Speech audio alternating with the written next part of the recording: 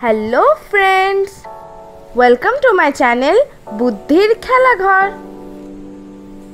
রামদাসপুর গ্রামে একজন বুদ্ধিমান লোক বাস করত। সেখানকার রাজা তার কথা শুনে তার বুদ্ধির পরীক্ষা নেওয়ার জন্য রাজমহলে ডেকে পাঠালো। রাজার সিপাহী তাকে ডেকে নিয়ে এলো এবং রাজার কথা মতো তাকে জেলে বন্দি করে দিল। রাজা তাকে বলল, তুমি খুব বুদ্ধিমান বলে, তবে এই জেলখানা থেকে বের হয়ে দেখাও। জেলখানার ভিতর একটি বালতিতে জলের মধ্যে জেলখানার চাবি রাখা আছে। বালতি ও জলে হাত না দিয়ে চাবি বের করে জেলখানা থেকে বের হয়ে দেখাও। তুমি কি পারবে?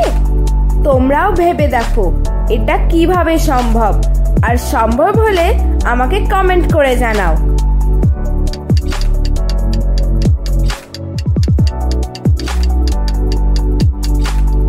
লোকটি অনেক ভাবলো, তারপর বালতিটি আগুনের পাশে নিয়ে এলো এবং আস্তে আস্তে বালতির ভেতর থেকে জল বাষ্প হয়ে উড়ে গেল এবং চাবি নিয়ে জেলখানা থেকে বের হয়ে গেল।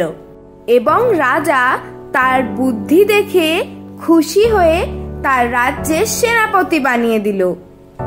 ভিডিওটা যদি ভালো লেগে থাকে তাহলে একটি লাইক এন্ড সাবস্ক্রাইব করে দেবে।